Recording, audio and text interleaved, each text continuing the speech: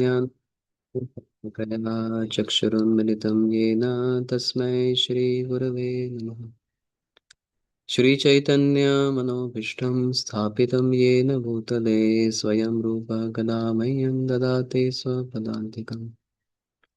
वन्देऽहं श्रीगुरो श्रीयुतापदकमलं श्रीगुरोन् वैष्णवांश्च श्रीरूपं साग्रजातं सहगणा रघुनाथान्वितं तं सजीवम् साद्वैतं सावधूतं परिजनासहितं कृष्णचैतन्यदेवम् श्रीराधा कृष्णपादान् सहगणा ललिता श्रीविशाखान्वितांश्च नमो विष्णुपादाय कृष्णपृष्ठाय भूतले श्रीमते भक्तिवेदान्त स्वामिनिति नामिने नमस्ते सारस्वते देवे गौरवाणी प्रचारिणे निर्विशेष शून्यवादी पाश्चात्यदेशतारिणे नमो महावदन्याय कृष्णप्रेमप्रदायते कृष्णाय कृष्णचैतन्य नाम्ने गौरत्विषे नमः।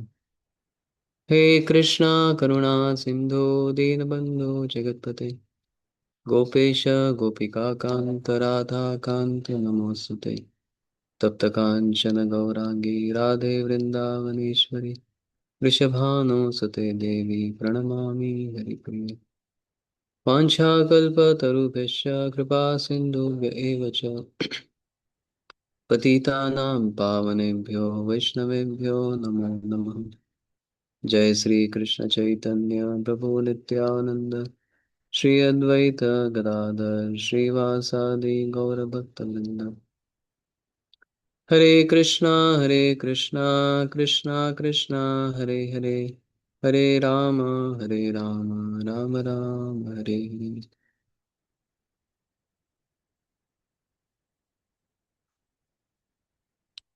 हरे Krishna.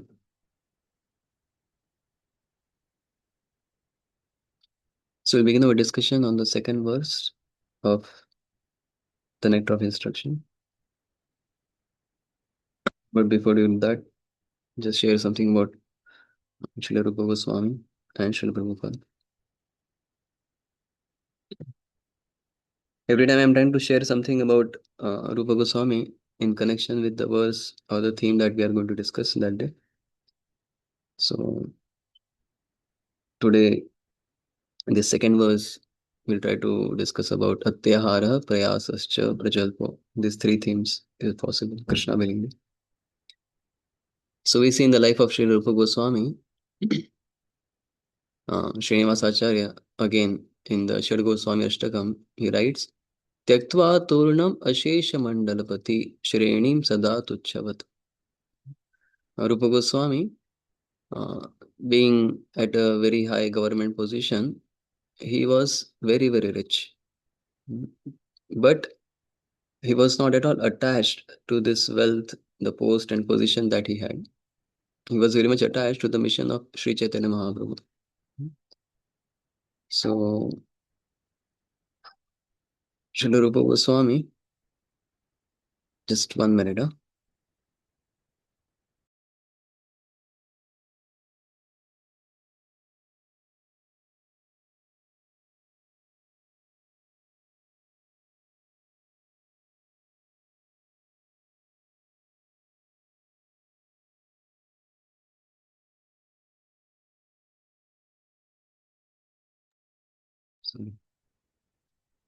So, Rupa Goswami, uh, all the wealth, all the position, all the material engagements that he had, that did not affect his devotional service.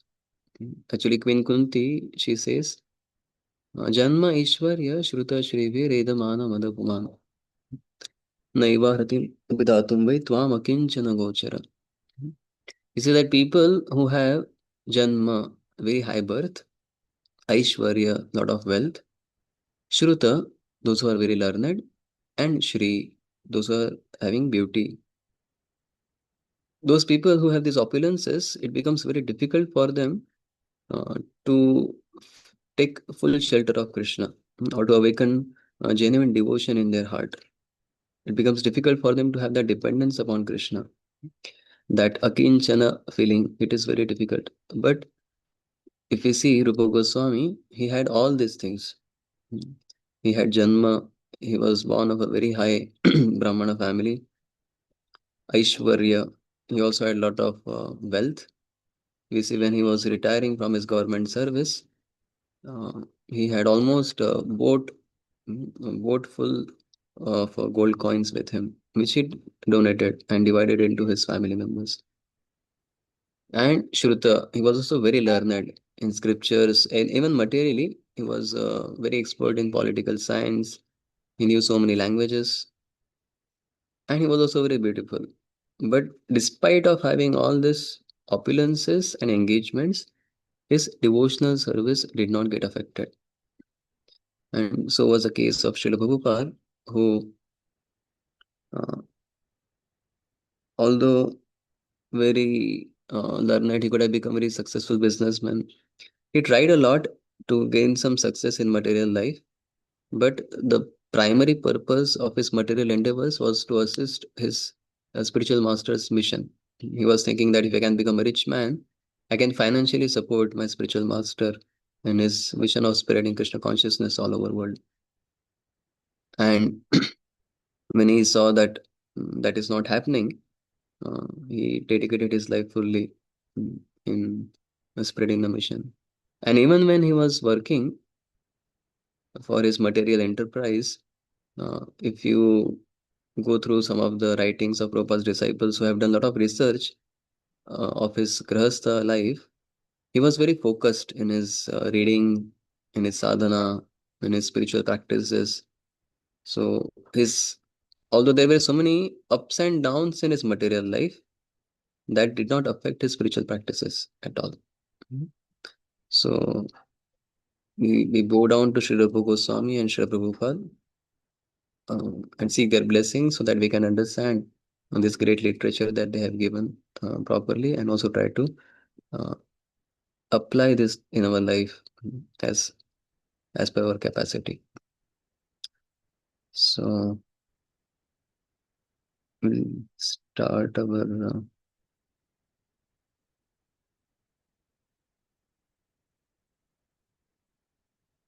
study of text 2.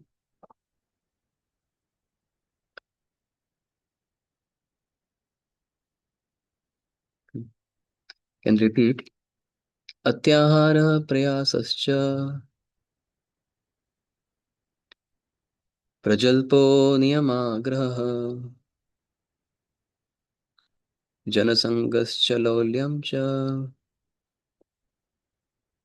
षड्भिर्भक्तिर्विनश्यति. Ati aharaha, overeating or too much collecting.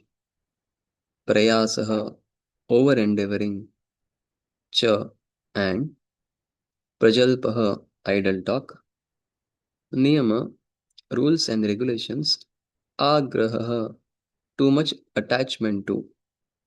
Or agraha, too much neglect of.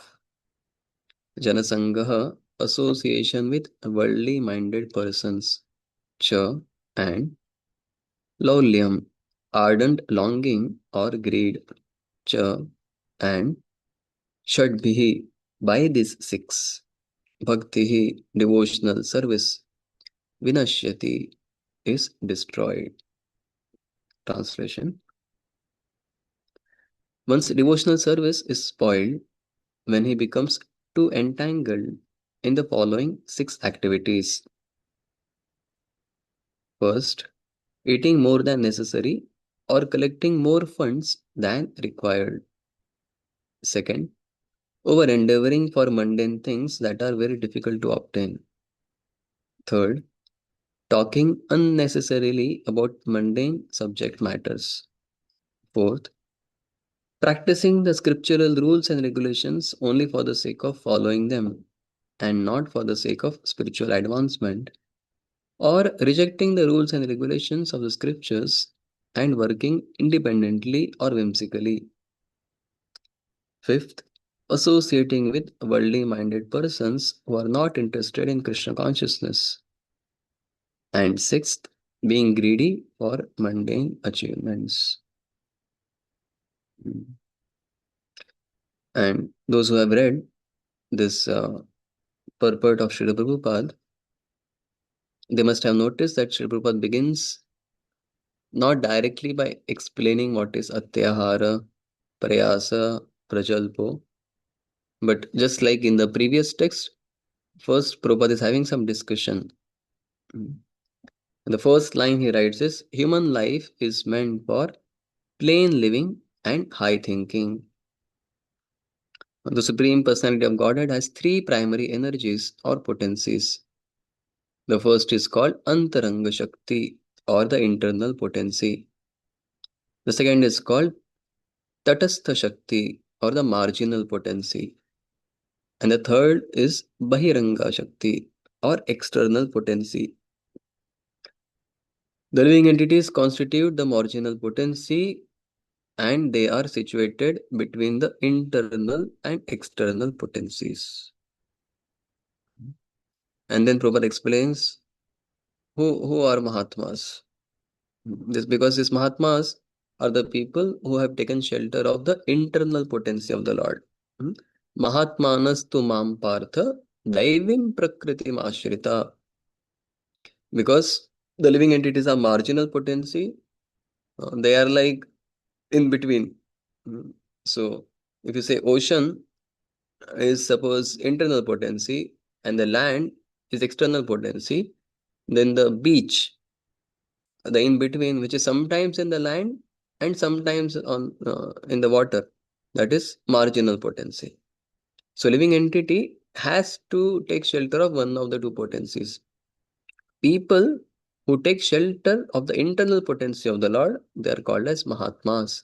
Mahatmanas tu mam partha daivim prakritim ashritaha bhajanti ananya manaso nyatva bhutadim avyayam. Hmm. The word Mahatma refers to those who are broad minded, not cripple minded. Crippled minded persons always engage in satisfying their senses.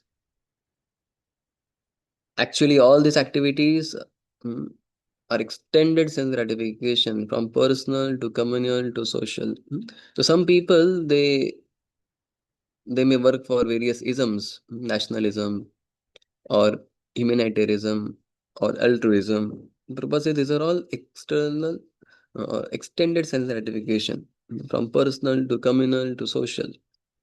These activities may all be very good from material point of view, but they have no spiritual value. Mhm.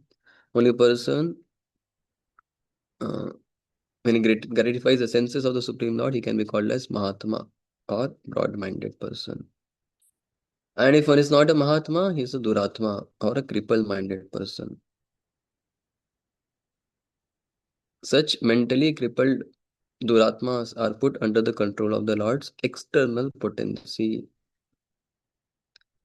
And then Prabhupada says how those who are in the external potency, they get some very special mm, blessings of Adi Devika Klesh, Adi Bhautika Klesh, and Adi Atmika Klesh. Mm.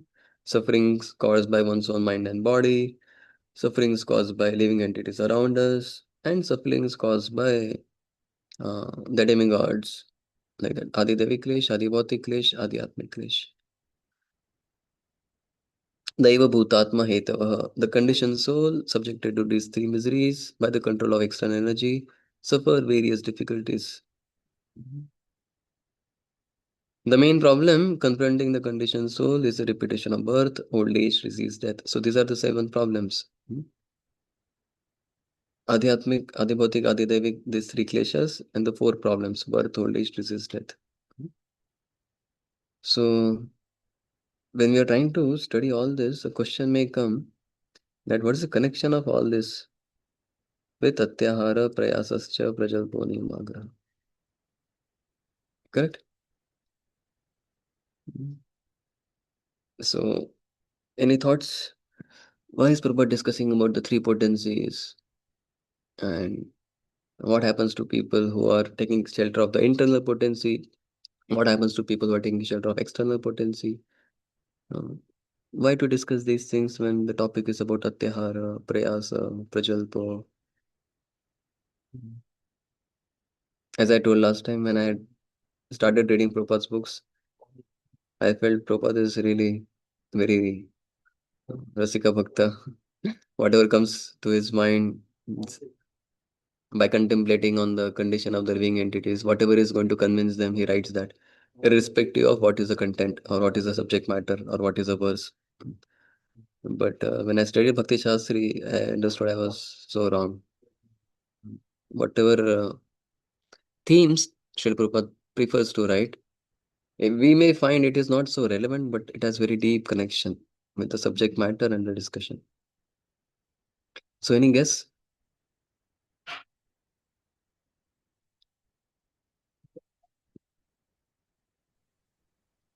Okay. Hare Krishna, Prabhuji. Who said that? Yes, Prabhuji. Yes, bro. So I'd like to give it a try. Yes. So I think that Prabhupada is like targeting the root of the problem by describing these two things, because for Atyahar or Prayas and everything, so we need to understand about both the material world and the spiritual world in that sense. Okay. Yeah, quite close. Neha Mataji says it is because Atyahar, Prajalpa are somehow linked to taking shelter of external potency. Correct? Atman has written, if one is engaged in Atyahar, Prayas, then all these miseries will follow. Correct. Mm. So Prabhupada says the goal is simple living, high thinking. I The think first line of the purport. answer that.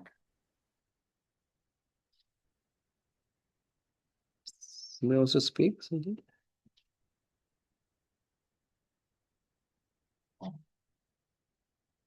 Okay. So the first line of the purport says, human life is meant for plain living and high thinking. Now, why is this required? Why do we need to have this plain living and high thinking?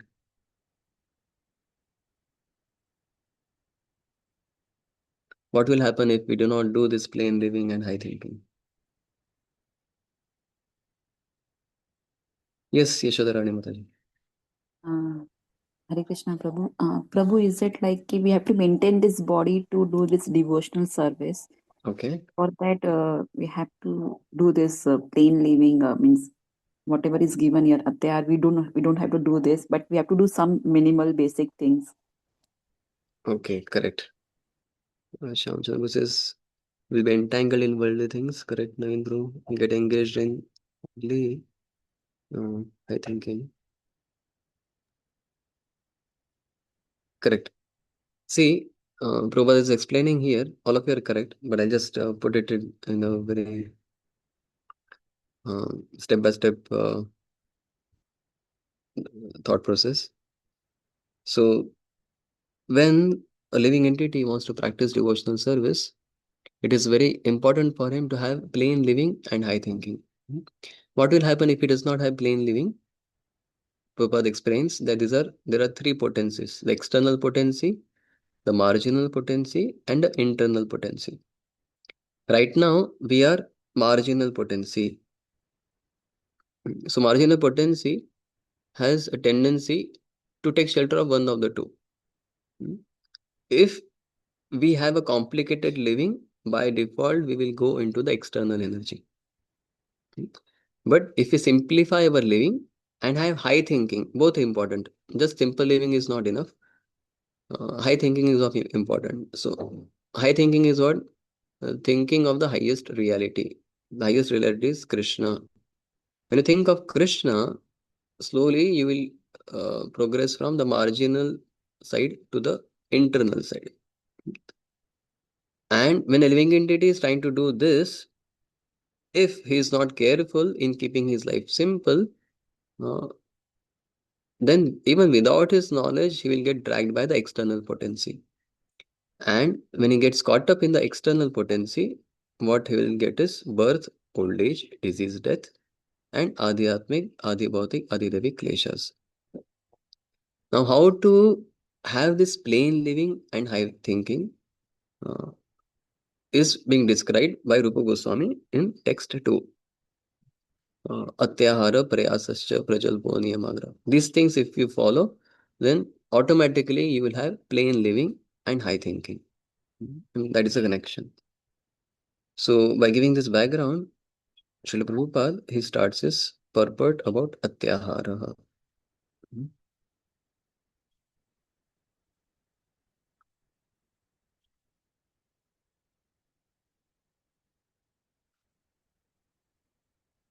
Because, see, we all have to live in this world. Everyone requires possessions such as food, grains, clothing, money, and other things necessary for maintenance of the body. But one should not collect more than necessary for his actual basic needs. If this natural principle is followed, there will be no difficulty in maintaining the body. In material world, one has to work for the maintenance of the body and soul. But how can one perform such a work in a way that is favorable for execution of Krishna consciousness? That is being described in this text. That we all have to work. But how should I work? In a way which is very favorable to Krishna consciousness. For that, the first principle is Atyahara. Now, this Atyahara, if you literally translate, it means overeating. Ati means over, ahar means to eat. But Acharyas like Srila Bhakti Thakur, Srila Bhakti Siddhanta Saraswati Thakur, and Srila Prabhupada, they say that this is not just overeating. Why? Because Upadeshamrit is a very small text. It contains only 11 verses. And every verse has just maybe some 8 to 10 or 12 words. So, in such a small text, if a concept is repeated, then there will be a flaw of repetition. That too in back to back verses. So, the previous verse already spoke about Udaravegam, which is about overeating. And immediately in the next verse, the first word, when it is said Atyahara, it cannot be just about overeating. There will be the flaw of repetition. And then Acharyas, they go deeper into analyzing what is this Atyahara. So in Gita, we find this word ahar. It says, um, what is the verse?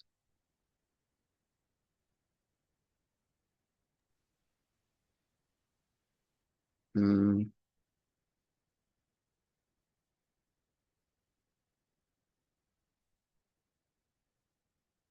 yeah. Vishaya, Prabhuji, Yuktahar. yeah, Yuktahar Viharasya also. And uh, but there Yuktahar is actually about eating.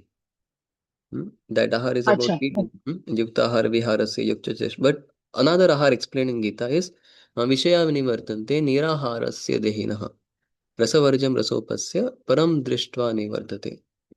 So Vishaya vinivartante niraharasya dehinaha. Someone who's niraharasya dehi. And there it is explained that every sense has its own ahar. Hmm? Eyes have ahar of sight. Hmm?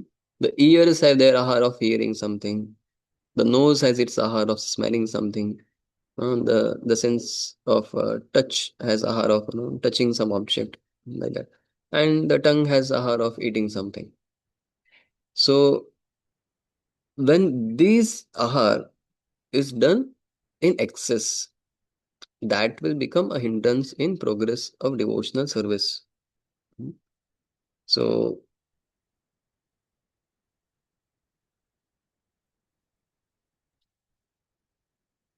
yeah, so here Atyahar is meant for consuming anything over the limit by any of the senses. Correct. So any of the senses when they consume more than what is required, like that. So um,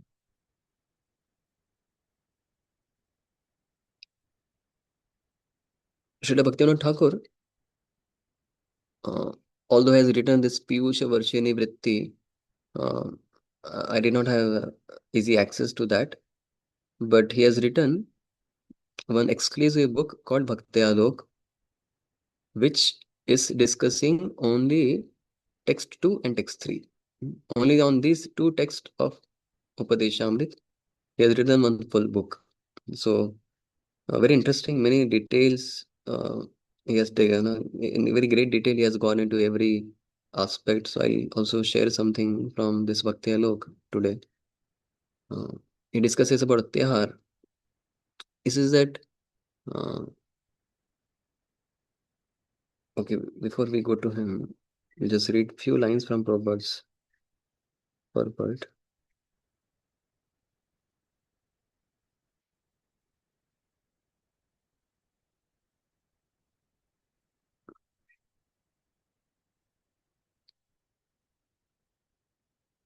Okay, Prabhupada says, by nature's arrangement, living entities lower in the evolutionary scale do not eat or collect more than necessary.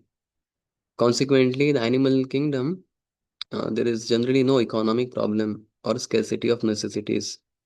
If a bag of rice is placed in public, birds will come and eat few grains and go away.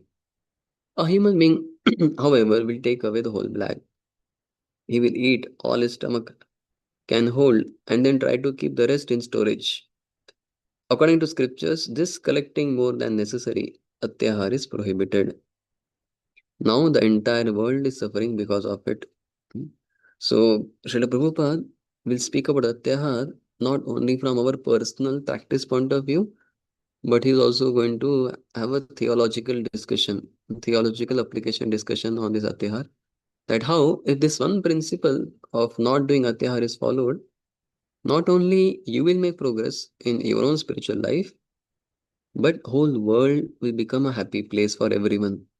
Mm. So when people want to collect more than necessary, uh, yeah, collecting and eating more than necessary also causes prayas or unnecessary endeavor. Mm. So how do we know whether something that I have accumulated is atyahar or not? Mm.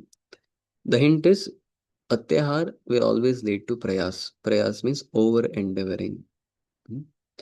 So that is one of the way to check whether what I am doing is atyahar or not. Mm. Now, some ahar is very much required. If there is no ahar, living entities will not be able to survive. Mm. Uh, Especially for householders, Bhaktivinoda Thakur says they have to have some collection. Because if you read this example of Sri Prabhupada when he says that, oh, if a bag of rice is kept on the street, uh, birds will come and take few grains and go away. Some other animal will come and eat, few morsels and go away. But when it comes to human being, he will take away the whole bag. Now somebody may say, "Oh, this is very intelligent person." Is it not?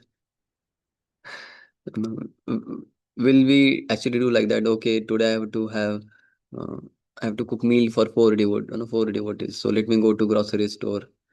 Obviously, we don't have to go now. We can just blink it and get exact grocery for four people. Mm.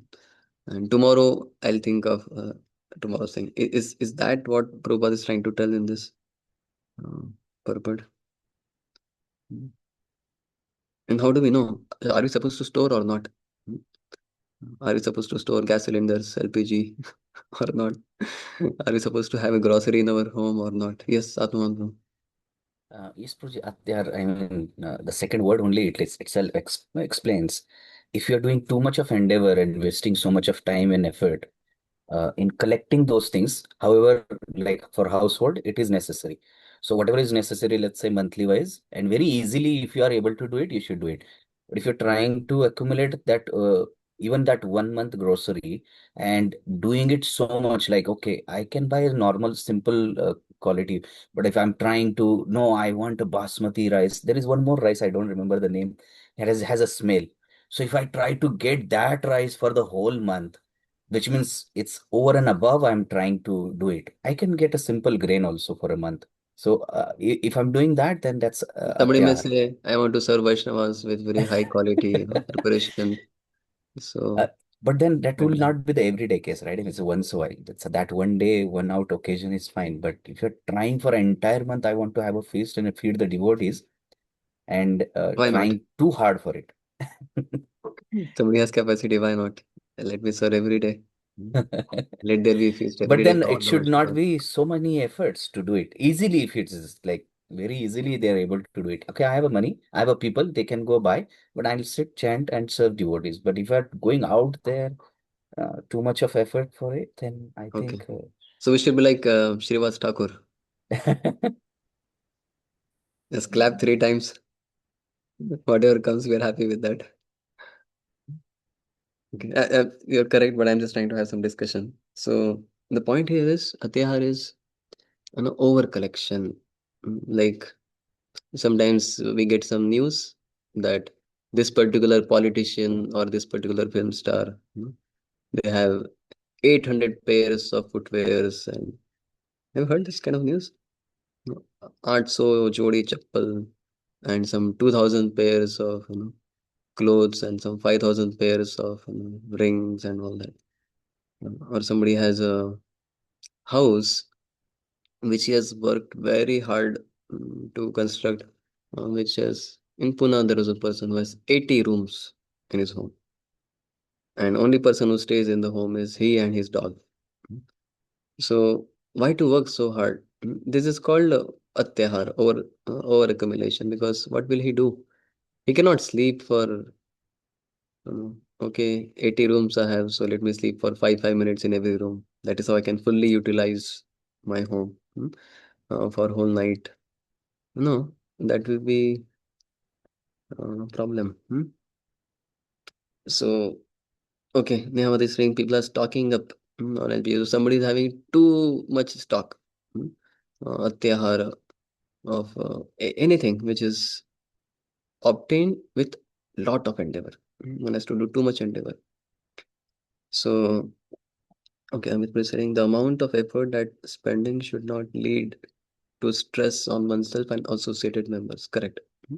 So when one is working too much beyond one's capacity for accumulating something which is not so vital, not so necessary, that is what is counted as atyahar. And the checkpoint is it is leading to prayas. So when we discuss about prayas, it will become even more clear. Now, as per Bhaktivinoda Thakur's writing, for renunciates, any kind of collection is forbidden. Uh, and that's what we see in case of Srila Sanatan Goswami when he renounced and he was traveling along with his assistant, I think Ishan.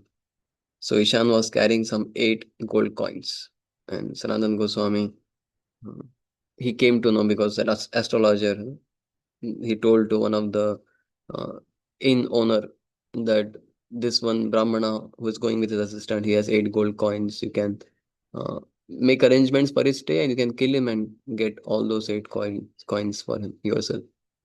So when Sanatan Goswami came to know, he said to his assistant, why are you carrying this uh, death toll of Yamraj with you? 8 gold coins. And he told, give up all. So he just gave 7. He did not give one. Then he asked, Kichudravya Ache, do you have anyone? He said, yes, one I have. He said, go back. You're not qualified to be in the renounced order of life if you're collecting anything.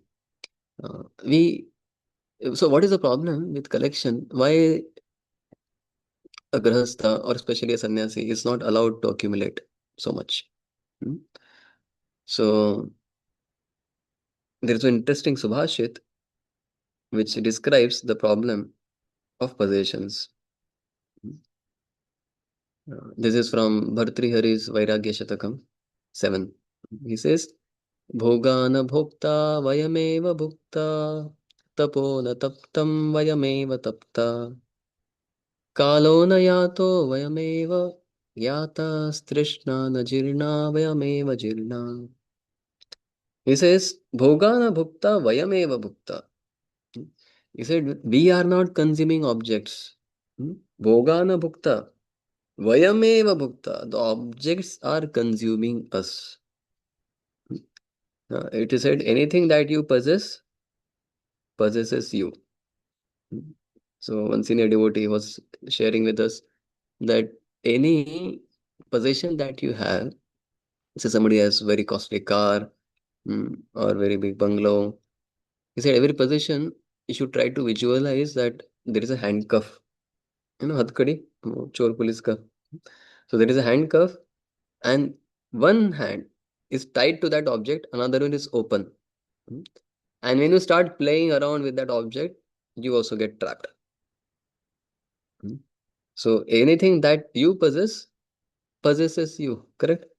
Those people who have car, are they more happy or those who travel by cab?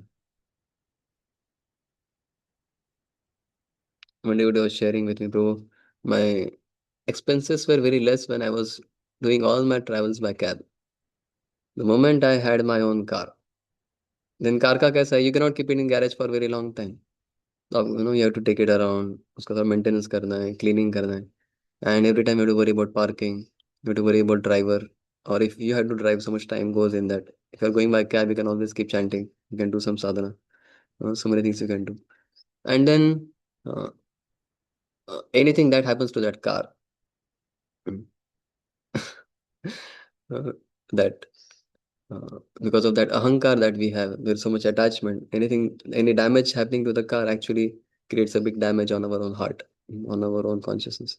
Somebody may have a very huge bungalow, which is beyond his capacity to maintain and manage. Hmm.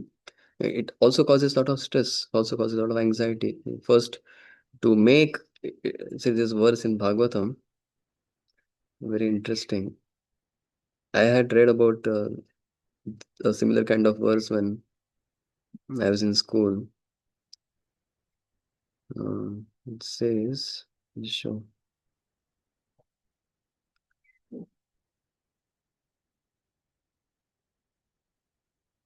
Hmm.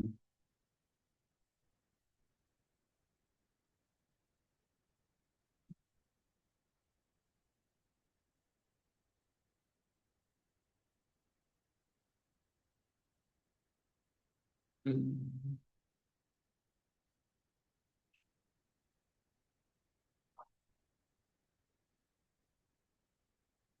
This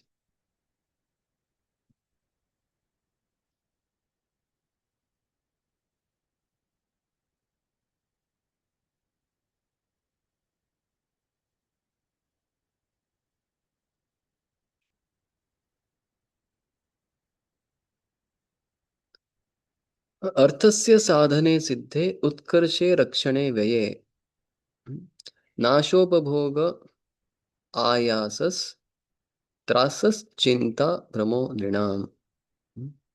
This is from the song of Avanti Brahmana. He says, Arthasya of wealth, sadhane, in earning, there is pain. Uh, Utkarshe, in increasing, there is pain. Rakshane, in protecting, there is problem. Vyaye, in spending, there is problem. Nashe, if there is a loss, then also there is problem. Upabhoge, if you are going to spend it for enjoyment, that also creates problem. Hmm. Ayasaha, there is a lot of labor. Trasaha, fear. Chinta, anxiety. Hmm. He says, in the earning, attainment, increase, protection, expense, loss, and enjoyment of wealth. All men experience great labor, fear, anxiety, and delusion. Hmm. So one Subhashitkar, he had written, when I was in school, I had read that, why are people running behind money? Because in earning money, there is so much pain. In maintaining money, there is so much pain. And in spending money, also, there is so much pain. So, why to deal at all with this entity called as money, which is only giving you pain from beginning till end? Hmm. So, obviously, that does not mean we stop earning. We all need. So, Bhaktivinoda Thakur, when he's going to discuss about all these uh, elements like Atyahara, Prayasa, he's going to divide in two categories every time. One is for the householder, one is for people in the renounced order of life. But we still discuss about these things so that even householder should not get carried away in one side. He has to understand that there is a problem. One should not just run behind these things. These things, they should be in a balanced way. Like one senior devotee was sharing once in his class, how much wealth one should have? It should be like the amount of salt that we have in our food. Hmm. So if there is no salt in the food, then it won't be tasty. So some wealth is surely required. We cannot be without any wealth.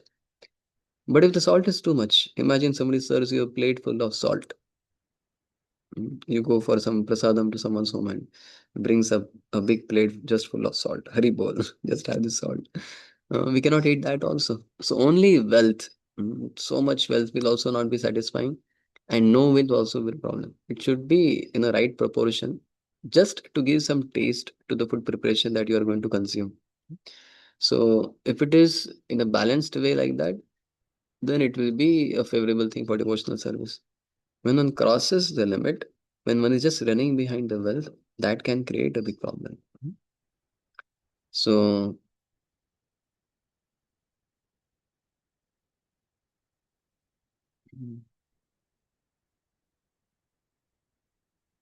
okay, so for, uh, yeah, I'm remembering one more pastime from the South Indian acharyas. There was one very nice disciple of Sripad Ramanujacharya. His name was Kuresh. And this Kuresh, he was king of a particular province, and his wife was Andal. And he was very charitable.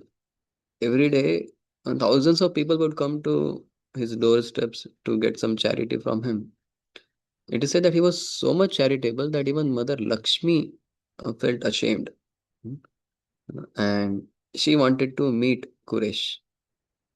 When Kuresh came to know about this, that Mother Lakshmi wants to meet, he decided to, I mean, he felt himself so unqualified. He felt that I'm such a lowly person, I'm such a big fool, I'm so contaminated. And how can I go and stand in front of Mother Lakshmi? So let me quit this place. Let me stop this great charity work, actually, which I'm doing for my own prestige. So he tells to his wife Andal that let us leave this place tonight before tomorrow morning, because I'm not feeling myself qualified to meet Mother Lakshmi. And they both leave, and their journey is described when they're passing through the forest. So after they went deep into the forest, it was quite dark. Andal, she started experiencing some fear in her heart. And Kuresh, she said, why are you feeling so much afraid? Are you carrying anything with you? And she said, yes, Swami, uh, to serve you, I have kept one silver bowl with me. Because whenever you feel hungry, I cannot just feed you just like that because you are my Swami. I thought at least one silver bowl I can keep, which I can use for feeding some fruits or something to you whenever you are traveling. This is the cause of your fear. Immediately give up the silver bowl. And the moment she gave up that silver bowl, she experienced great relief and fearlessness. So, this kind of stories we hear to understand that these possessions actually possessing us. Mhm. Uh, Obviously, externally one may possess these things, but one should not be emotionally too much involved in his possessions. That is very important. He should be living a very uh, detached life internally, like a coconut. How the coconut when it is wet, when you shake it, you hear some water sound. But when it dries up, when you shake it, you just come to know that the inner shell has become disconnected from the outer shell. Mm. So although the coconut is within that whole covering, but it is completely unattached to it. So the great souls like Maharaj Amrish, they were like this. Externally, they were like a king, a householder, having so many soldiers and palaces and queens. But inside, he was completely detached from these things. Whereas on the other side, Durvas Muni, although externally in the renounced order of life, but he was very attached to his own life, his own prestige, or whatever. So, Srila Bhakti Siddhanta Saraswati Thakur, while describing Atyahar, he says, Atyahar, again, for three categories of people. And this you will see for every uh, uh, for everything that we are going to discuss. Bhakti Siddhanta Saraswati Thakur has this strategy of discussing about jnanis, about karmis, and about materialistic people. So when jnanis, they have excess collection of impersonal knowledge. It is atyahar for them. For karmakandi people, too much accumulation of pious results is atyahar for them. And for people who are materialistic, those who are averse to devotional service, for them, over collection of non-devotional objects. That is what is atyahar for them. Now, what is the problem with atyahar? The two biggest problem with atyahar is it takes away a lot of time, and to gain these objects, one has to earn a lot of money. And time and money, these are the two most important resources in this world. They get lost when one is running behind atyahar. So, Bhatihari, as was discussing, Bhogana bhukta vayameva bhukta. When I am trying to enjoy these material possessions, they are enjoying me. He says, Kalo na yato vayameva yatas. I thought that I am spending time, but later I realized that time is spending me. Trishna na jirna vayameva jirna. He says that I thought my desires will go away. Jirna. Jirna means to get over or to become old. Trishna means desires, hankering. But Trishna na jirna. With time, my desires have not gone away. Vayameva jirna. I have become jirna. I am going away. I am becoming worn out. I become old, but desires have not become old. That's what Bhartrihari explains. So no matter how much you possess, this possession is not going to satisfy you. As we discussed in one of our previous classes, because of not connecting to that spiritual happiness, human beings are trying to increase the variety in eating, sleeping, mating, and defending. They are thinking that by increasing the variety in these things, I will be able to fulfill the vacuum within. And with the same goal, people are doing atyahara. One senior devotee explained very nicely how people, they have empty hearts. They're feeling that there is something missing in this life. And to fill up that emptiness, what people are doing? They're filling up their stomach with food. They're filling up their houses with furniture. They're trying to fill up their bank accounts with some numbers, some digits. Trying to fill up their nameplates with degrees. They're trying to fill up their intelligence with some information. But they're not able to understand that heart can be filled only with love. And they need to fill up their heart with Krishna. Only then they will feel satisfaction. When one is not doing that, he will want to fill up everything else with some material objects, which is not going to satisfy him.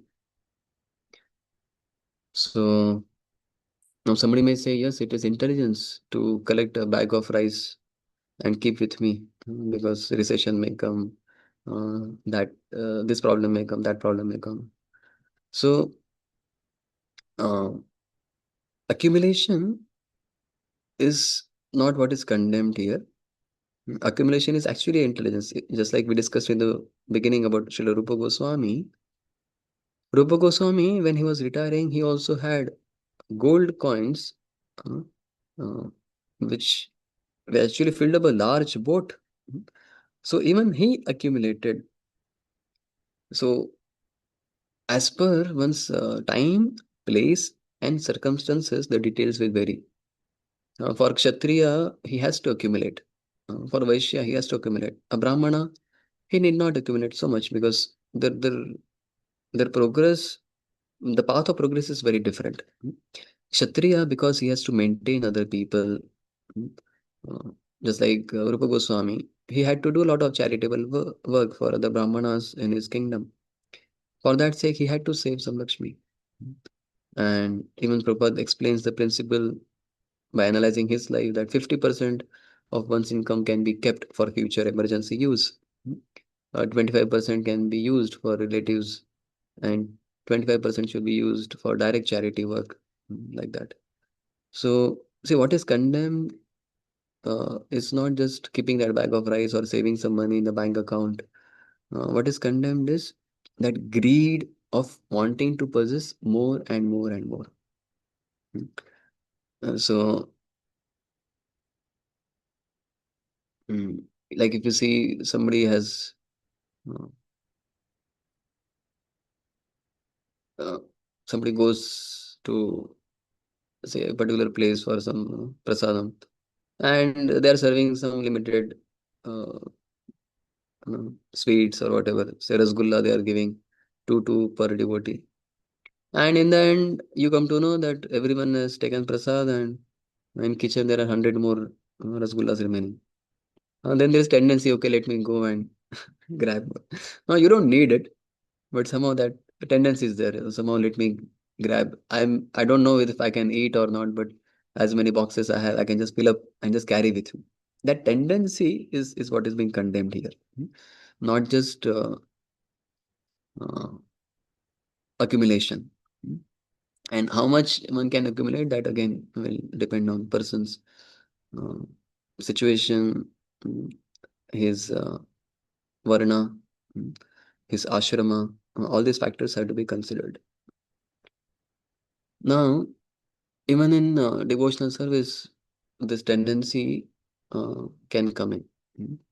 One may do bhakti for possessing various things. And ultimately, his bhakti also can become very material. And that is another thing that is condemned. So, in the purport ahead, we will see Srila Prabhupada has quoted two verses from the first canto. धर्मस्य हि अपवर्गस्य नार्थो अर्थाय कल्पते नार्थस्य धर्मैकान्तस्य कामो लाभाय हि स्मृता कामस्य न इंद्रिय प्रीतिर लाभो जीवेत यावता जीवस्य तत्व जिज्ञासा नार्थो यस्य कर्मभिः. He says that dharmasya hi apavargasya, one should practice dharma for apavarga, for coming out of cycle of birth and death. Na artho arthayopakalpate, one should not do dharma just for attaining artha. And narthasya dharmaikandasya kamo labhaya smritam. This accumulation of wealth should not be for sense gratification. Kamasya na indriya pritir. Uh, that should be very nicely understood. So when Prabhupada started preaching all over the world, this is one thing which he had observed, that people are doing dharma for material well-being. They wanted to accumulate wealth so that they can have a lot of enjoyment. But Prabhupada wanted to give a very clear understanding that dharma is for going out of this world, for coming out of cycle of birth and death. And these two verses, Dharmasya Vargasya and this Kamasya Na Indriya Pritir, 1.2.9 and 1.2.10, Prabhupada considered these two verses to be one of the most important verses. So there was one Western scholar, Dr. Hopkins, once he came to meet Srila Prabhupada, and he asked one interesting question. He said that, Swamiji, you have been writing so much. Now, of all which you have written, what do you consider the most important? And Prabhupada immediately replied, Prema Pumartho Mahan. The most important thing is how to love God. And then this professor said that, uh, okay, but I want to publish one of the most important work that you have done. Something very short, maybe one verse or two verse or just 2-3 pages. Can you please tell me where can I find that? And Prabhupada immediately said, in Srimad Bhagavatam. And the essence of all my teachings you can find in Srimad Bhagavatam. And then he asked, so if someone wants to just collect a very small portion of Srimad Bhagavatam, then which section would you recommend? And Prabhupada said these two verses. This dharmasya hi apavargasya and this kamasya na indriya pritir. That's how important Prabhupada considered. Obviously, His Holiness Swarup Das Gosai Maharaj, he goes on analyzing this. He says that because Prabhupada was talking to a professor who is working on some theological reformation of the society, maybe because of that, Prabhupada told that these are the two most important verses from all the writings that I have done. But if the audience was somebody else, maybe Prabhupada would have chosen something else that time. But he said, in any case, Prabhupada considered these two verses as very, very important. And in explanation, uh, he says that Prabhupada, he goes on saying that uh, in this purport, if you have read, he is giving anecdote of a wealthy man who became cobbler in his next life and is was able to recall that, oh, this is my home, these are my family members, but he was not allowed even to enter the home that he built with so much efforts in his previous life.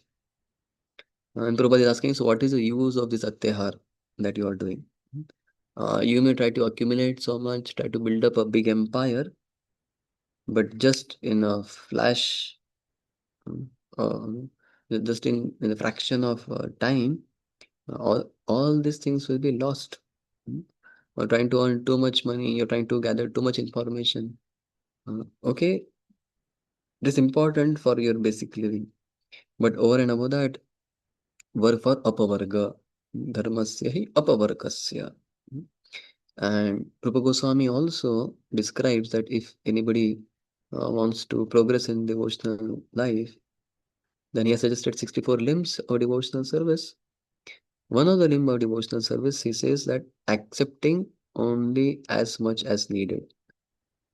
Anything more or anything less will cause one to fall away from devotional service.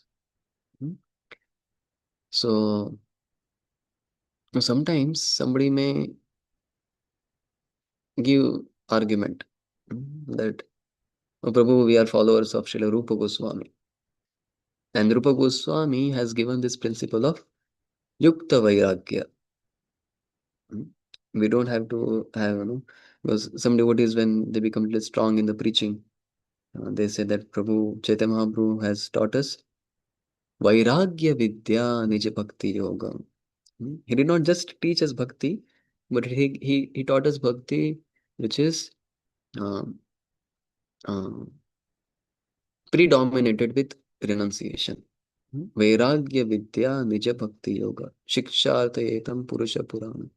Sri Krishna Chaitanya Shariradhari. This is how Sarvabhauma Bhattacharya is glorifying Chaitanya Mahaprabhu, that he gave us Vairagya Vidya. And uh, Rupa Goswami, he told us, yes, we need to be Vairagi, but we don't have to be Shushka Vairagi. We can be Yukta Vairagi. You can everything can be engaged in Krishna's service. So a devotee can have a very huge bungalow, he can have a very flashy car, he can have laptops, he can have iPhone, he can have all the gadgets. That does not hinder with his devotional service. Correct? Yukta Vairagya. But then uh, Rupa Goswami also describes the definition of what is Yukta Vairagya. Anybody knows what is the verse? How does he define what is Yukta Vairagya? Because Chaitanya Mahaprabhu is giving Vairagya Vidya. And Rupa Goswami says, no, no, you can be Yukta Vairagya. But in the name of Yukta Vairagya, one can completely give up the principle of Chaitanya Mahaprabhu's Vairagya. If Yukta Vairagya is there, then why Vairagya? You can have everything. Everything can be using Krishna service. And Rupa Goswami in Bhakti Rasamrita Sindhu, he defines, he says, Anasaktasya Vishayan Yatharham Upayunjatah Nirbandha Krishna Sambandhe Yuktam Vairagya Uchyate. The first criteria for applying this principle of Yukta Vairagya is Anasaktasya Vishayan. We should not be attached to the sense objects. We should not be attached. Then you can use it. Yatharham Upayunjatah Nirbandha Krishna Sambandhe. One of the meaning of Nirbandha Krishna Sambandhe is he is you know, uh, a different meaning than what is there in the translation. Nirbandha Krishna Sambandhe. Hey, no one can bind him when it comes to establishing relationship with Krishna. He's helplessly dragged towards Krishna. He doesn't want any restrictions in number of rounds that he wants to chant. He's studying why 16? I want to chant 16,000 rounds. I don't want any restriction. Why Mangalarati only for half an hour? Let my whole day be Mangalarati. Let my whole day be Kirtan. Let me be with deities only around. Nirbandha Krishna Sambandhe. One is so attached to Krishna and anasaktasya vishayan, not attached to sense object. He can apply the principle of Yukta Vairagya. So it's a very high standard, or one has to be very elevated to apply this principle of Dhamma. But till the time we reach there, it's important that we be very careful while using any positions in Krishna's service. So in Bhaktialog, Srila Bhaktivinoda Thakur, he says that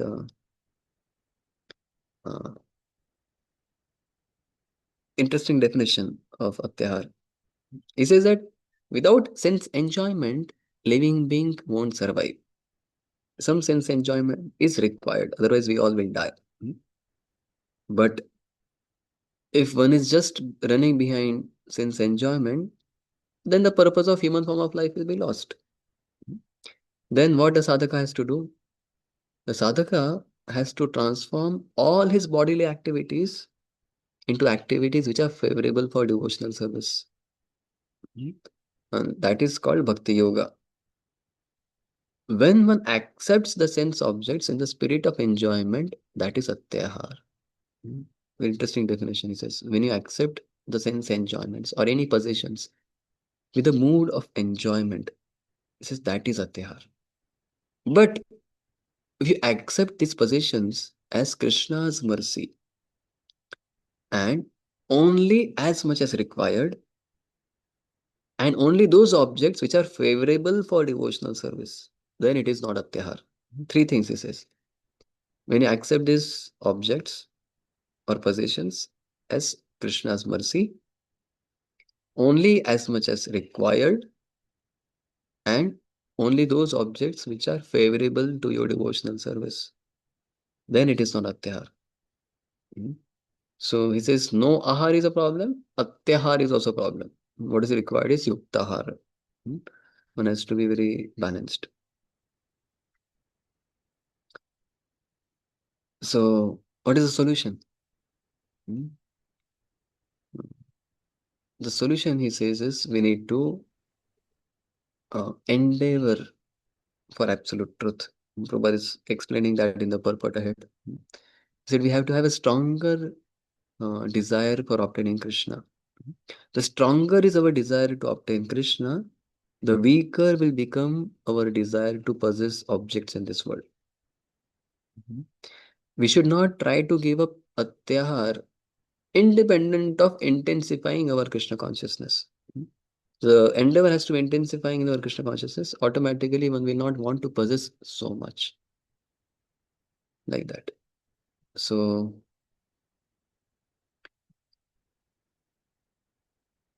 the point when you see that your sadhana is getting affected, the point when you see that your peace of mind is getting affected, that is a, you can say, a symptom where you can understand that yes, now it is becoming Atyahar. Because I have to do lot of prayas. Now, when Rupa Goswami or Sanatana Goswami, when they had so much gold, they were not at all distracted from their Krishna consciousness. They themselves were living a very Krishna conscious life. So, to the degree one's devotional service is not, otherwise somebody may have, like I know one devotee was earning in Indian rupees some 6 lakhs per month. And he says, Prabhu, I'm not able to, chant my rounds because it's so difficult. The market is so difficult. The world is so difficult to live. How can I feed my family? I said, Prabhu, you're earning 6 lakh rupees per month. And you're like, how can I feed my family? He said, yeah. And then one of our senior devotee called our employee in the gift stall. in the Radha Kunjberi temple. We have a devotee who is serving in Radha Kunjberi, gives stalls from more than 15, 16 years now. And he has 4 children. Prabhu, just see, he's serving here in the temple. He's a simple salary, he's having 4 kids. He's also living his life. He's at least able to do bhakti. We are not saying you live like him, but even after earning 6 lakh rupees per month, I said, what is the problem? The problem is he has taken so many loans for this bungalow, for 3 cars, and this property, that property, and so many things having. He's foaming in his mouth just to pay the EMIs every month. So, if that is affecting your devotional service, then Bhaktivinoda Thakur says, or Srila Prabhupada also, Rupa Goswami also, that this is Atyahar and we should be very, very careful not to get into this. And then he comes to the next principle, that is prayas. Collecting and eating more than necessary also causes prayas or unnecessary endeavor. By God's arrangement, anyone in any part of the world can live very peacefully if he has some land and a milk cow. There is no need for a man to move from one place to another to earn livelihood. For one can produce food grains locally and get milk from cows.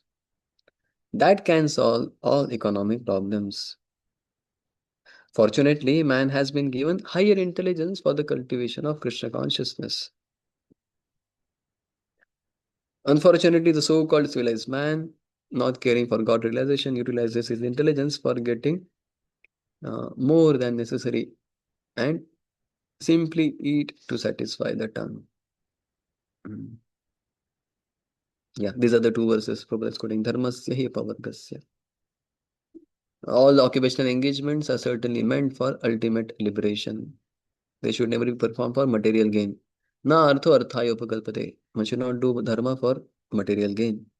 Further, one who is engaged in the ultimate occupational service, dharma, should never use material gain to cultivate sense gratification. Hmm.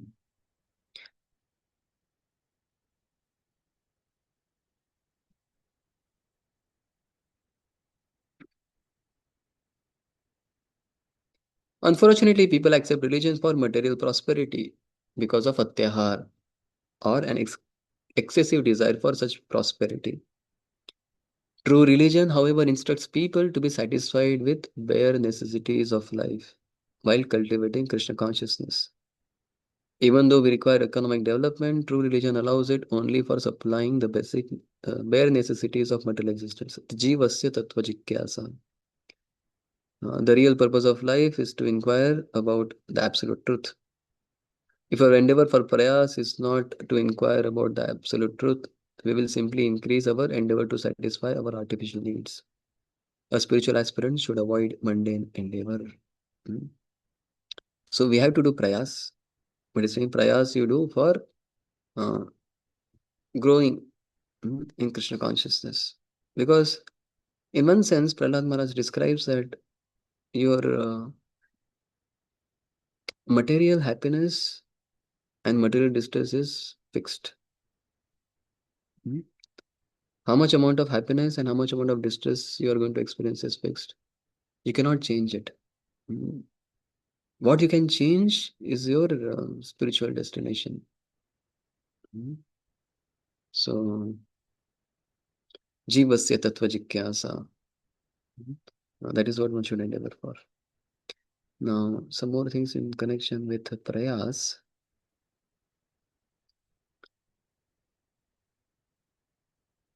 Prayas means over endeavor. Endeavor is important. Endeavor is not condemned. But what is condemned is over endeavor. Ati prayas. So Bhaktivinoda Thakur, he says, any act that goes against bhakti and endeavoring for attaining sense objects. These are 2 ways to define prayas, he says. So he says in the beginning, one has to do little prayas for renunciation in bhakti, but later one should not become uh, mm, too much occupied in cultivating jnana and vairagya, because they will automatically come. Vasudeve Bhagavati Bhakti Yoga Prayojita Janayati Ashu Vairagyam Jnanam Chayat Ahetukam. So one should not endeavor too much to cultivate too much jnana, that is the impersonalistic knowledge, and too much vairagya. That will automatically come. So one should give up this jnana prayas, because jnana will not help us attaining Krishna. And there are so many verses in scriptures about jnana prayas. The Mundak Upanishad says, Nayam Atma Pravachanena Labhyo Na Medhya Naiva Bahuna Shrutena. By all this knowledge, by so much pravachan and all, which is impersonalistic in nature, you won't obtain Krishna. And Lord Brahma also says, Jnane prayasamadapasya namantya eva. Or there are another verses where he describes that these jnanis, when they are endeavoring to obtain Krishna through jnana marga, they are just trying to beat the empty husk. Sthula tushavagati nam. They are just beating the husk from which rice is already taken out. They are not going to get anything. And karma prayas also Bhaktivinoda Thakur says one should avoid. What kind of karma prayas one should avoid? He says that he is quoting verse from Bhagavatam, first canto, second chapter. Dharma svanushtita pumsam vishwaksena kathaso yah na utpadayed yadi ratim shrama eva hi kevalam. So whenever one is doing dharma, swa anushtita pumsam, as per one's own varnashram qualification, dharma swa anushtita pumsam, that dharma should lead to what? Vishwaksena kathasu yah. You should develop attachment to hearing the Krishna Katha. Vishwaksena Kathasya na utpadayet yadi ratim shrama eva hi kevalam. One is doing so much endeavor in material life, karma prayas, but if that is not leading to developing attachment for Hari Katha, then that is shrama eva hi kevalam. It is only a useless endeavor that he is doing in his life. So that way Bhaktivinoda Thakur says one should give up both karma prayas and jnana prayas. Bhaktivinoda Thakur also says that in these endeavors, if somebody is doing very hard labor for visiting holy places, then that is also a prayas one should give up. So when I read this, I was shocked and tried to understand it deeper. So what he's telling is, if somebody is doing too much prayas of visiting holy places for material gain, again in the karmakandi way, then that is unfavorable to devotional service. Externally, it may appear that he is going to holy place, but the heart is longing for a material attainment, for some material enjoyment. He says that is also prayas. But if somebody is visiting Krishna's holy place for making progress in Krishna consciousness, he said then that is favorable. That can be done. And like this, he goes on analyzing all devotional activities also. Like visiting holy places can become prayas, and how we can avoid prayas in that. Then he says serving Vaishnavas. One should do prayas in serving Vaishnavas because it is favorable. To the degree one serves Vaishnavas, he will become free from material association. And then doing prayas for making temple, doing prayas for uh, serving Krishnas in various ways, or doing prayas for following certain vows, doing prayas for spreading the Sankirtan mission. He said these kind of prayas are very favorable. And one should engage in these kind of prayers, then automatically one will become free from the material endeavor in material life. Like that. And then one thing Bhaktivinoda Thakur, he warns the devotees is, amongst all kinds of prayas that one may do, prayas for pratishtha is the lowest of all and very difficult to avoid. Although it is the lowest of all the prayasas, lowest means the worst of all the prayas that one can do, is to gain some prestige or to gain some fame, name in society. But it is very difficult to avoid.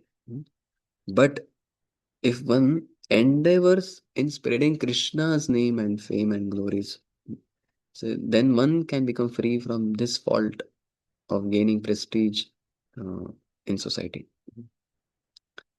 like that. So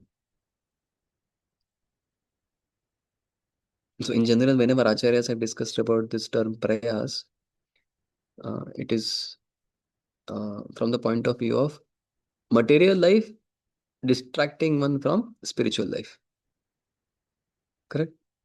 Whenever they discuss about prayas, they are discussing from the point of view of material life distracting one from spiritual life. But somehow the modern world is so complex, so unfortunate that even basic material life people are not able to live happily. The prayas is so much that it is distracting people from even basic, simple, happy material life. In material life only, people are not having proper balance. That's why even in the corporate world, they keep discussing about what they say. Well-being. Yeah, well-being and some Work-life balance. work-life balance. Those days when 20 years back when I was working, that time they were saying work-life balance. I don't know now what is the situation of the world. Work-life balance, work-life balance. So हमारा प्रयास इतना ज्यादा हो गया है कि material life में ही balance नहीं है. Acharyas are speaking about you increase the spiritual life so that material life doesn't distract you from spiritual life. But nowadays people are distracted from even their basic, simple, proper material life only. That kind of prayas is happening. If people are able to have a proper balanced material life, that itself is a big achievement in today's society. So we can say this is Chaitanya Charitamrita calls it as prayas square or prayas cube. Something like that has happened. That's why Bhagavatam sometimes condemns materialistic people who are too much behind material progress. They call it, Bhagavatam calls them, see, this is for karmi people, those whose goals are not in attaining Krishna. Bhagavatam says they are like Shva Vritti Nicha Sevanam. He calls those people like dogs. How the dogs are going from one master to another master and wagging their tails. Like that, people have to go from one company to another company. Can I get your job? Can I get job? Can I get job? And Haribhakti Vilas says that all the Bhagavatam is calling these people like Shva Vritti, Vritti or activity of a dog, Nicha Sevanam. In Sanatana Goswami, in Gopal Bhatta Goswami, in Haribhakti Vilas says, hey, wait, how can you compare uh, this they have written 500 years back. I don't know what will they say now. He said that how can you compare uh, these people who are serving materialistic masters to a dog? Because at least a dog is free, roaming on the street and he's so happy. How can you compare that dog to these material masters' servants who have sold their life heirs for money? And there, one of the Subhashitkar, he says that people, even in those times, the government job was considered one of the worst job by the devotees of the Lord. Now we may say, oh, government job is very cool job. It's a very important thing. People are, I know in North India, especially in Bihar and UP, my lord, for 4 years, 5 years, 6 years, 8 years, people just keep giving so many exams to crack some government job. But those days, this one of the Subhashitkar, he says that what is the misery of a government servant? And we can very well relate to this because even Rupa Goswami and Sanatana Goswami were very eager to give up this a very great material government job that they had. So he said there is no possibility of doing Sandhya Vandan. How will you do in this? Your Mughal master is there. He's sending you, go for this war, go for that war, go for this assignment, go for that assignment. Any time they can call you. Anytime you have to be on the field. He said, how can you do Sandhya Vandan? Like one of our devotee, he was very staunch Brahmana. He wanted to do Gayatri exactly at the perfect times, morning, afternoon, evening. And he got shifted to Norway. Norway is Prabhu. There's 3 months, there is night only. When should I do my Gayatri? When should I do my Sandhya Vandan? Or sometimes they may shift to some countries where they just don't see sunrise. Hmm? So he said when people they have given their lives to, they have sold their life heirs to these kind of masters, they may send them anywhere. Where is the possibility of doing the deity worship 3 times? And where was the possibility of doing the fire oblations? Where was time for deliberating on the Vedic scriptures? And where is the time for them to eat on time? Hmm? And forget about the rest. He said, these servants, they lose everything in this world and in the next. So that was quite frightening when I heard about this. That you're saying that if he doesn't follow any principles, even here he's not happy. And after this life, surely he's not going to get any higher destination because he compromised on so many principles. So, see, I'm not condemning any kind of job. We have to work. We need to do all kinds of jobs, but we need to be very careful that I don't get so much caught up in this material race that I completely compromise on my spiritual progress, forgetting the real goal of my life.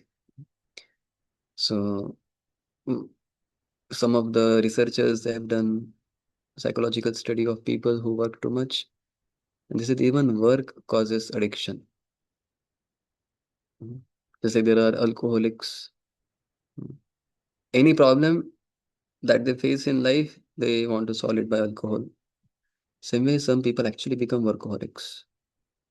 They cannot remain without work.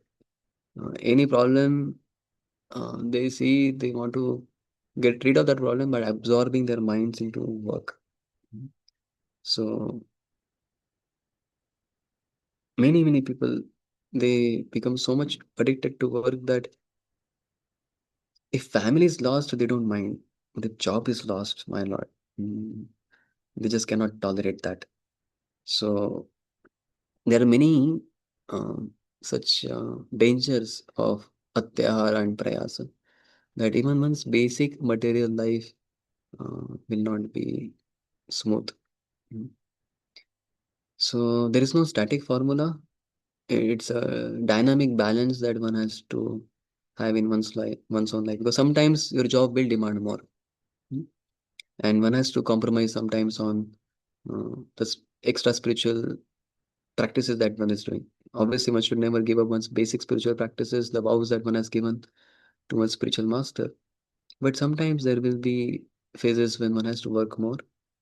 But then one has to balance by also taking out some time by doing more spiritual activities whenever there is not so much pressure in the work side. And that's how devotees very intelligently they go for yatras. They take out more time during Adhik Maas or during Kartik Maas. So it's a very dynamic thing. One has to keep checking one's own consciousness. There's no static formula that, okay, this job only or that job only or this kind of work or that kind of work. Uh, One has to judge oneself. Am I progressing in Krishna consciousness? And maintain a very dynamic balance. The overall compass has to be in the right direction. The most important aspect in life should be in service of Guru and Krishna. And keeping that as a priority, one has to uh, balance his life. So one devotee had explained one nice criteria to judge, mm, to to judge our own endeavors. He said that how can I know whether I am giving my best to Krishna? whether I'm doing sufficient prayas in spiritual life. So this devotee explained, he said that compare your spiritual endeavors that you are doing right now with your most motivated material endeavors or most inspired material endeavors. And then you can think, if I could do so much endeavor in material life, can't I do that much for Krishna now? Hmm? Can't I do that much for my own spiritual progress? Because if I could be so enthusiastic in my material life, which is anyways going to become zero one day, why can't I be, if not more, at least equally enthusiastic in my spiritual life also? So that's a good way to judge whether we are sincerely giving our best in spiritual progress.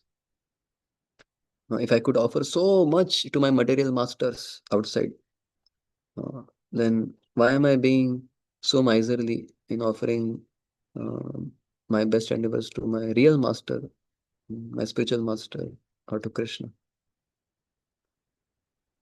Like that.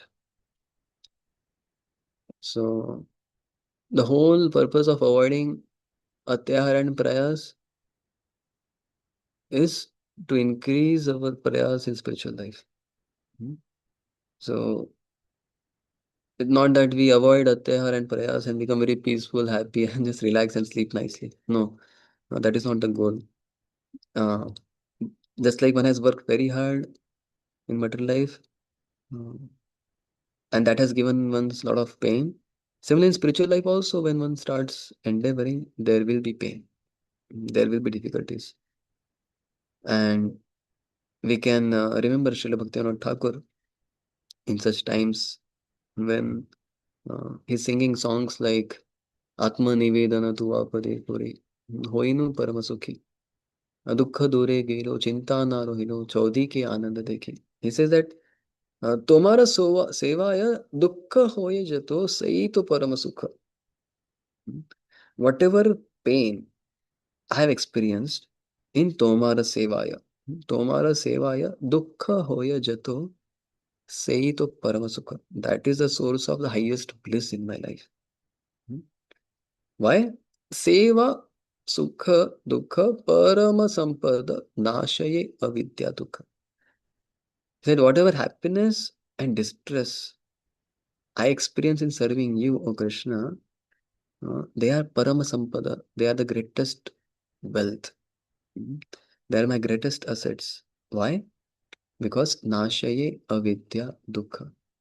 Because this suffering and the happiness that I am experiencing in devotional service will destroy avidya, the deep-rooted ignorance from my consciousness, and only that will give us ultimate happiness and satisfaction.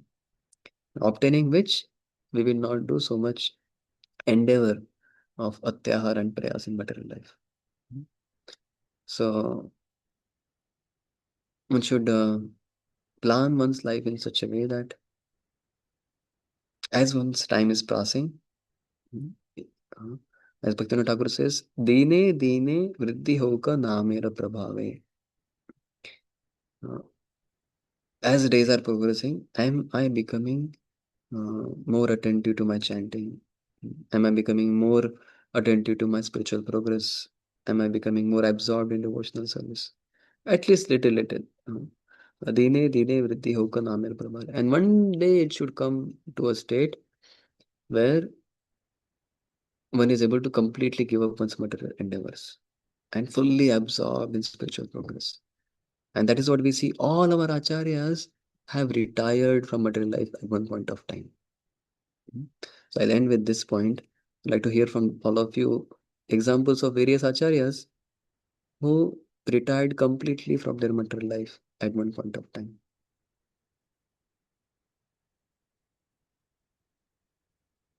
Who are the acharyas? Bhaktivinoda Thakur. Okay, Bhaktivinoda Thakur, he was a high court magistrate and he retired fully. Srila Prabhupada. Srila Prabhupada also retired one point of time fully. He said, oh, enough now. अभी बहुत हो गया. Now I need to do a full-time devotional service. Okay, the Goswamis, all the 6 Goswamis, they retired. Rupa Goswami, Sanatan Goswami, although they were actually living in Vrindavan, they had recreated Vrindavan. but they also retired. Raghunath Das Goswami, Raghunath Bhatta Goswami, Gopal Bhatta Goswami, Jiva Goswami, everyone retired. Who else?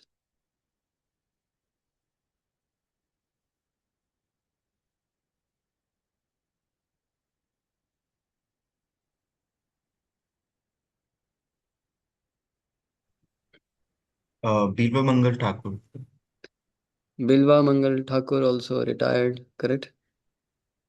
Actually, every Acharya, Pandavas also retired. Pandavas, the Kshatriyas, the reformers of the world, who wanted to bring dharma, they also retired. When they saw Krishna has also retired. When Krishna retired, they also retired.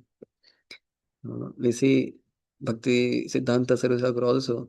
He had very good opportunity to become professor in one of the big university, but he also took very early retirement. He became sannyasi. You see, Gaur Kishore Das Babaji Maharaj also retired from his business. Jagannath Das Babaji Maharaj also retired. Narottam Das Thakur also retired. Shyamananda Pandit also retired.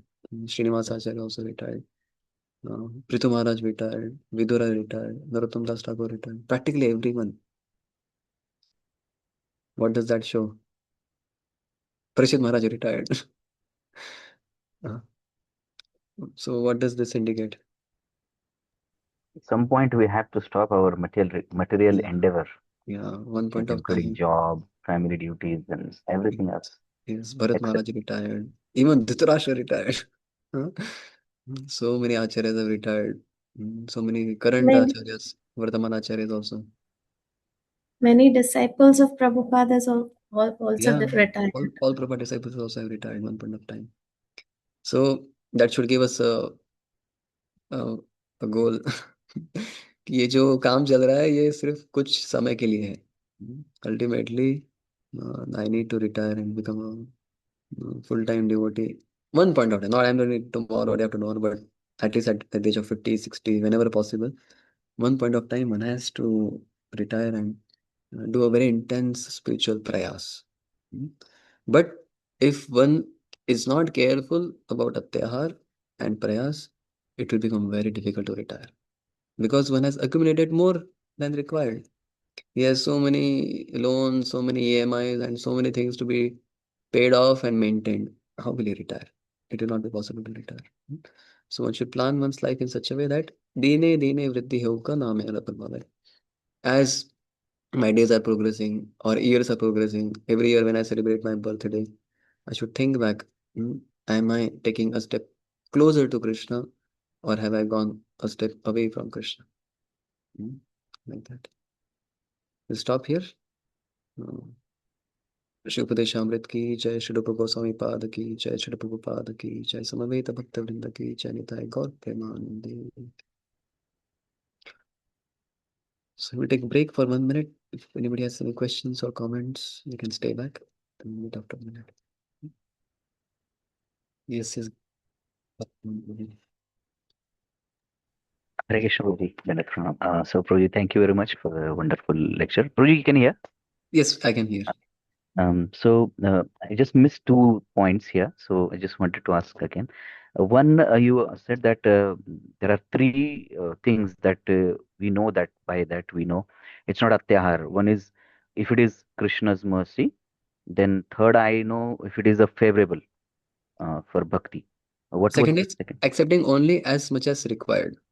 Okay, accepting as required. Okay, Only as much and as required, not more than that. also there was another point where was it is too much endeavor. We know by the two parameter. One is anything against bhakti, and what was the second? Can you repeat? As I was So, reading. um, so there was when we started the section prayas. So there are two things, 2 points you mentioned that by which we know these are too much of endeavors. One is taking anything against bhakti, and what was the second parameter? Okay, Bhaktivinoda Thakur's definition.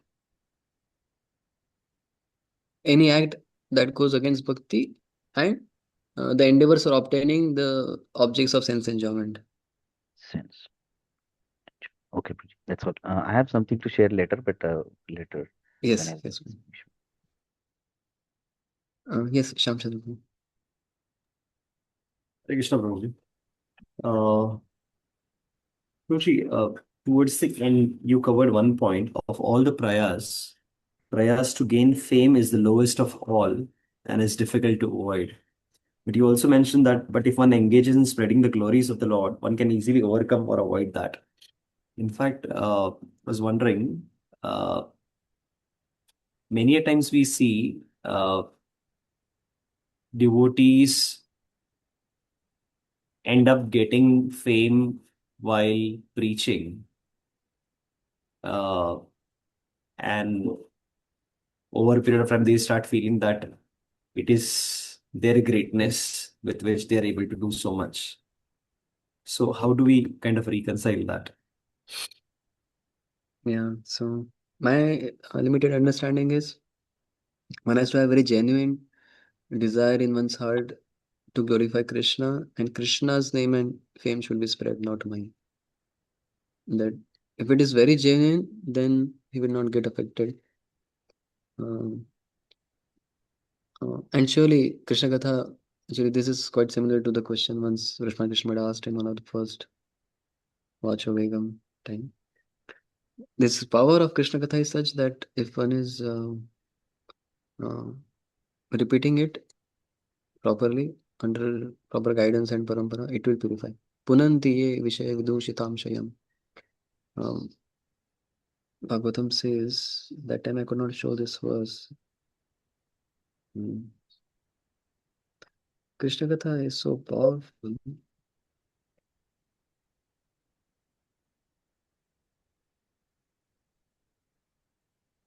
पिबन्ति ये भगवत आत्मनः सतां कथामृतं श्रवणपुटेषु संवृतं पुनन्ति ते विषयविदूषिताशयं व्रजन्ति तच्चरणसरोरुहान्तिकम् पिबन्ति, one who drinks, ye bhagavata atmana satam katha amritam, one who drinks this katha of Krishna. How? Shravana puteshu, not from the mouth, but from ears.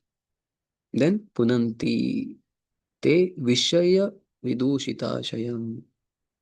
Then even if one has a polluted aim in life, one is impure in one's motivation, no problem. Just go on drinking Krishna Katha. Vrajanti tat charana saroruhantikam. He will go back home, back to Godhead. This is that those who drink through oral reception, fully filled with the nectarian message of Lord Krishna, the beloved of the devotees, purify the polluted aim of life, known as material enjoyment, and thus go back to Godhead, to the lotus feet of Him, the Supreme Personality of God. So some senior devotees, they tell that even if one is having wrong motivation, that will get purified. One has to just remain engaged in this. It may take some, it may appear that somebody is glorifying himself more, but if he continues to engage in Krishna Katha, glorifying Krishna, the medicine is very potent. It will purify. थोड़ा deviate होगा लेकिन वापस आ जाएगा. It may take little more time, but it will surely purify. Thank you so much. Yes, Saurabh.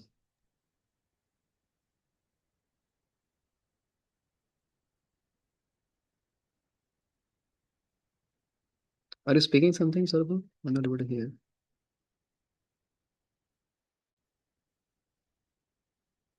Okay, on the chat box,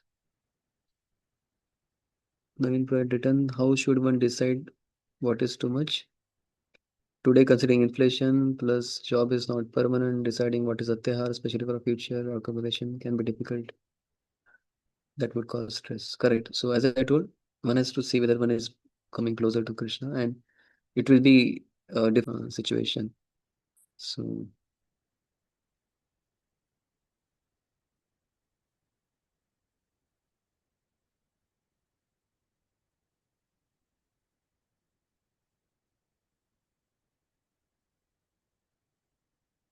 okay, any other questions?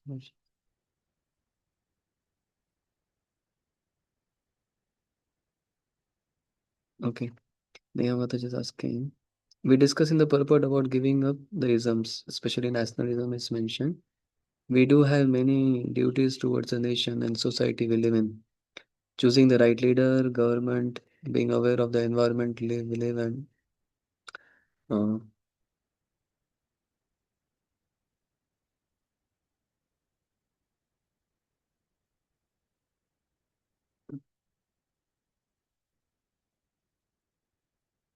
yeah, so surely the political environment will affect us, but what is condemned is when one is working only for political, like nationalism. That is the only goal. He doesn't have a spiritual goal in his life. Then, even if it may appear that he is having a selfless life, but ultimately he will be trapped by the Bahiranga Shakti, external potency. But if somebody is clear with the spiritual progress and he's working for the social reformation, there is no problem with that. That is allowed. Mm. But this was in the beginning part when Prabhupada is explaining about Mahatma and Duratma. So that Duratma does not want to take shelter of the internal potency. He just wants to play with the material energy. So there, no matter what you do, the government will always create problems. So especially those who are in the renounced order of life, they don't have to worry too much about it. But those who have to deal in the society, they're allowed to work about it. Like the Goswamis and Chaitanya Mahaprabhu, even when they were there, there were so many issues. Even situations were more difficult. At least we can do Harinam now happily in India, anywhere we want. Those days, they could not even do Harinam. The Muslims, they were attacking the devotees so bad that even Harinam was difficult. But only once Chaitanya Mahaprabhu kind of did that Kazi ke against. But apart from that, we don't hear devotees forming some political party or trying to take over the government. Things like that. At least those who are in the renounced road of life, they don't have to worry too much. They have to take every situation as Krishna's mercy and continue to grow in one's life. Okay. Yes, Saurabh. Am I audible, Prabhuji, now? Yes, I can hear now. So, Prabhuji, I have one question. So, you said like to identify if you are doing atyahar, we should understand like if we are doing over endeavoring for anything, right? So, we many times we hear like in the start of career we should do over endeavor like do upscale, like it is okay to do over endeavor. So, is it correct? Or if yes, so how to know when to stop? Yeah, so as I told, this is a dynamic balance. There is no static thing here. So sometimes in career, one will have to work more. So in the beginning time, that upscaling and all that, that's really important. One has to do that. But that should not be at the compromise of one's basic minimum sadhana. Like basic minimum promise that one has given to one spiritual master, 16 rounds, the four regulative principles, that should not be compromised.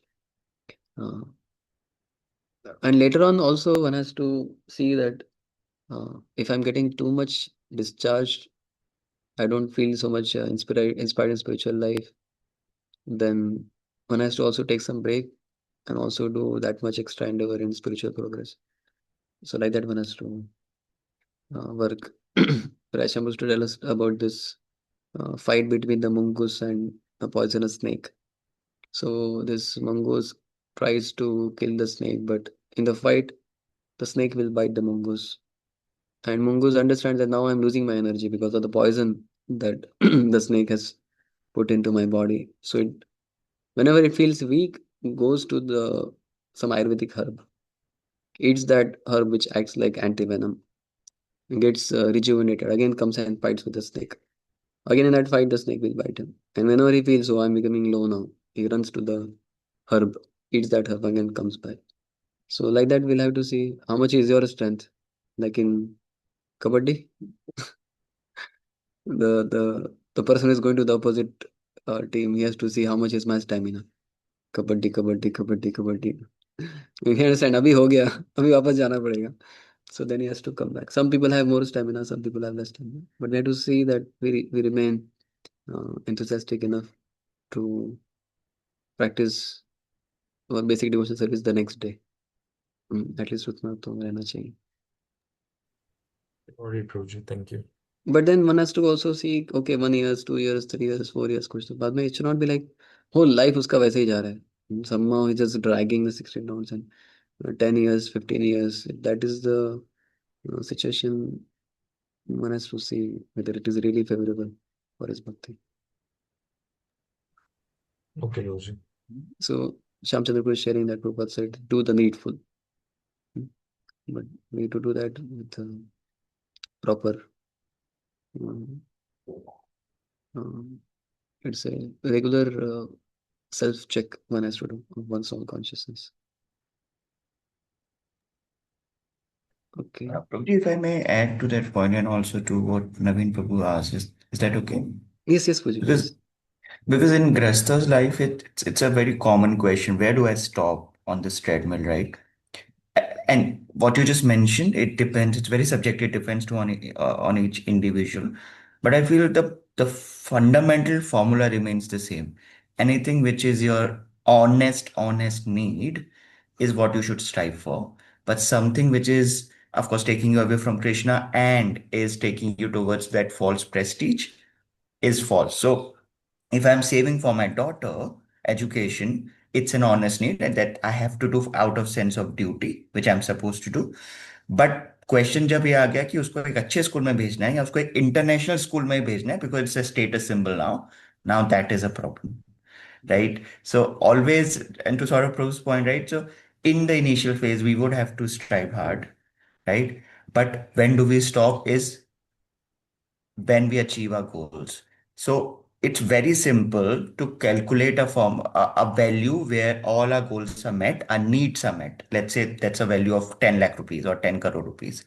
The moment I reach in my position where, as per mathematics, I can easily achieve that, for example, I stop striving more. I just go to office, do my work, come back home, concentrate on my sadhana, right? So just I'm trying to tell very big, very practical example that using just an Excel, we can actually identify कि 6 महीने का Naveen Prabhu, you're like loss of job, right? We can identify 6 months का emergency fund, we can keep it. So rather not complicate this stuff, keep it very simple.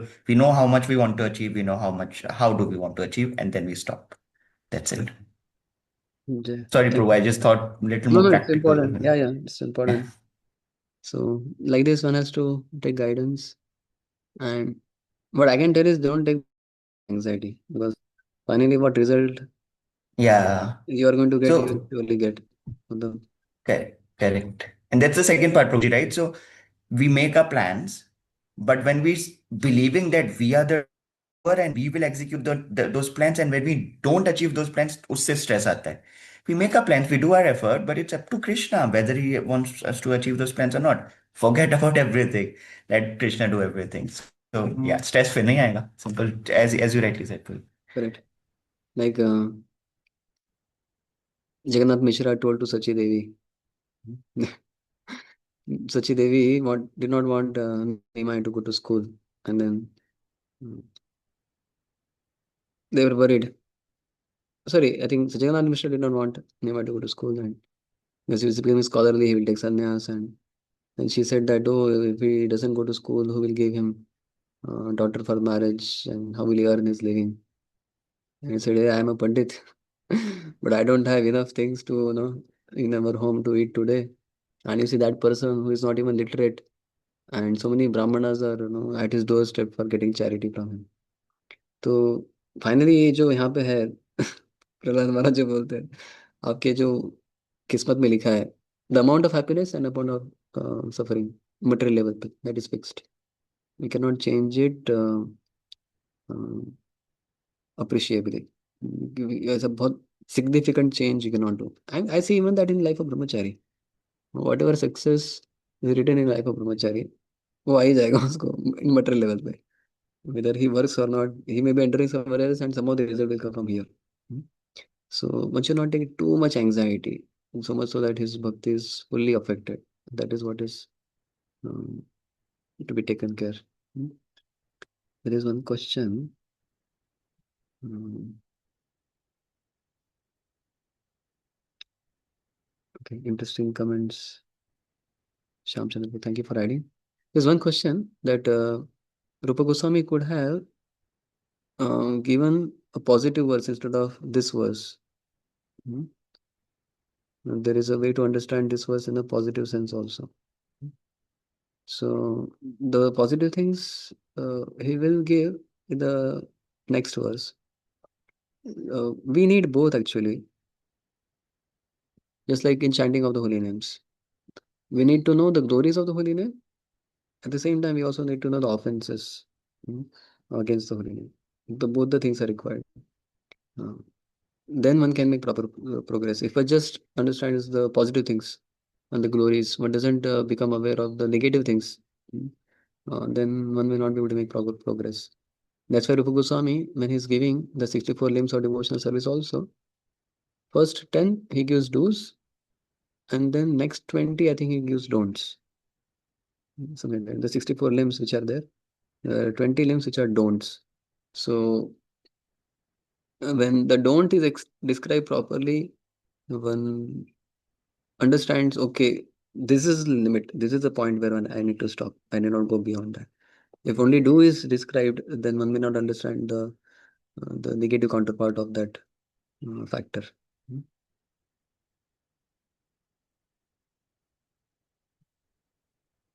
Okay. You want to speak and ask, bro? Taranya Babu?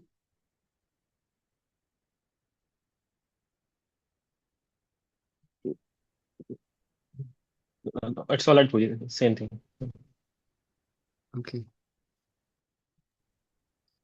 Hare Fine. Krishna Prabhuji.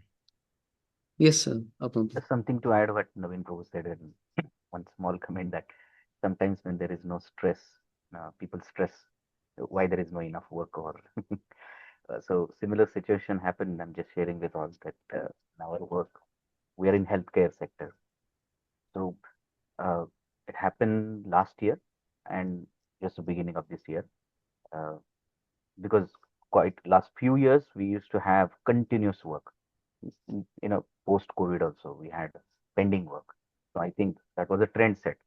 Suddenly there was no work, and everybody started panicking. They started discussing that we may lose job because there's no work. And I was not worried because when I joined this job, I was told that any industry can go down, but this industry will not go down. You know why? Health is always there. People will always need healthcare. Even if you are not sick, in America, they have to go for regular checkups. So they have 3 to 4 different checkups throughout the year. Healthy person. So that means the work will come anyway. But I think everybody kind of forgot.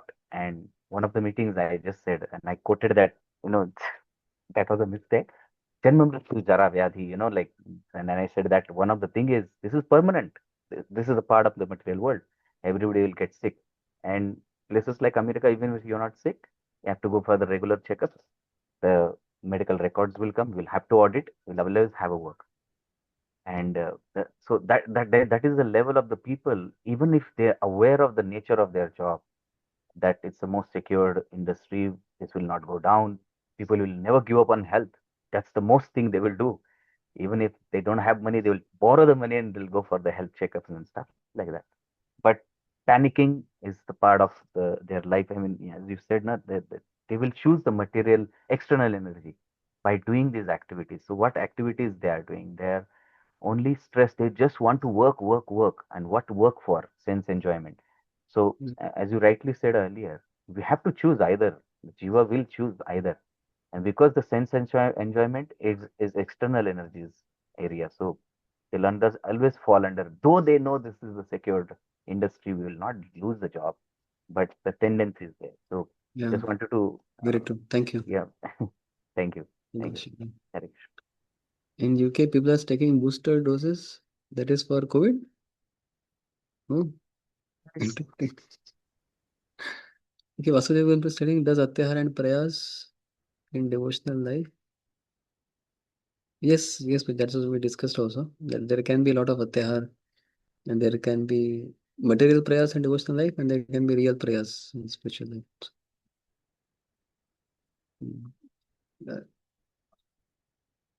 you have any uh, different questions, Bhuji? Did I understand properly or Vasudev going to?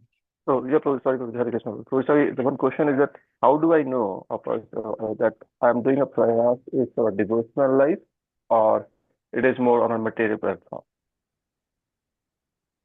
Yeah, it depends on what is your goal, for what purpose you are doing. So Okay. that goal also can be seen by one's actions. Somebody say, I'm earning so much for Krishna, but doesn't give to Krishna. He just gives you, but I'm earning for Krishna.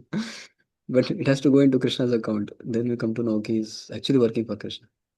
So where does the end result go of one's activities will show for what purpose one is working. Is it Krishna's cause or some material cause? How do I utilize the end result of my work? That can be one way to check for with what motivation, with what goal I'm working. Does it answer your question? Thank you. Yes, yes, true. Thank you. Okay, then we'll stop. Manisha Mataji is saying people are having so much insurance like health, wealth, life that they don't give any chance to give any protection to Krishna. Yeah. No, it depends upon one's consciousness also, Mataji. In Journey Home, Radhana Maharaj explains about his meeting with Ramesh Baba in Barsana. He saw Ramesh Baba with one small stick. He asked Ramesh Baba, hey, what is this stick you are holding and sleeping at the night? He said, I heard there are tigers here. Tigers may come. He said, but what will this small stick do with tiger? And he said, no, I have to do my part. I have to show Krishna that I am taking care from my side. The rest, Radharani only will protect. What can I do? So some devotees, they may have all this health insurance. Even brahmacharis have health insurance. Sannyasis have health insurance. So we surely want to depend on Krishna, but the devotee's mood is also, I don't want to take service from Krishna. I want to serve Krishna. So for serving Krishna, if health insurance is going to help me, then let me take it. Hmm? So that I don't take service from Krishna. Like Raghunath Das Goswami had to be protected by Radharani when he's sitting in the hot sun doing his tapasya. And Radharani is coming and holding her sari, pallu. So that Raghunath Das Goswami. So he may say, oh, I am fully dependent on Radharani. Huh? Where is my surrender? I should fully depend on Radharani. But his elders like Rupa Goswami, Sanatana Goswami, they did not appreciate. They said that you are taking Radharani service. You should make a bhajan kutir. So somebody may say, hey, Goswami, why is he making bhajan kutir? Goswami is supposed to live under a tree and sleep on the bank of a river. But then tiger was coming and Krishna had to come in with the stick and drive away the tiger. And sunlight is coming and Radharani has to come. So a devotee's mood is, I don't want to take service from Krishna, I want to serve Krishna. So it very much depends on one's consciousness. With what consciousness he has taken health insurance, wealth insurance, life insurance. Like that. One may have all insurance, but he understands कि ये सब तो क्या नाम के लिए है. Ultimately तो कृष्णा ही है जो प्रोटेक्ट करेंगे. With that mood, then it is fine. But if he doesn't have faith in Krishna, he only depends on these insurances and feels great protection because I have all these insurances, then it is not surrender. Does it answer your question, Madhu? Okay, then we'll stop here. Srila Prabhupada ki jai. Samaveta Bhakta Vrinda ki jai. Yatha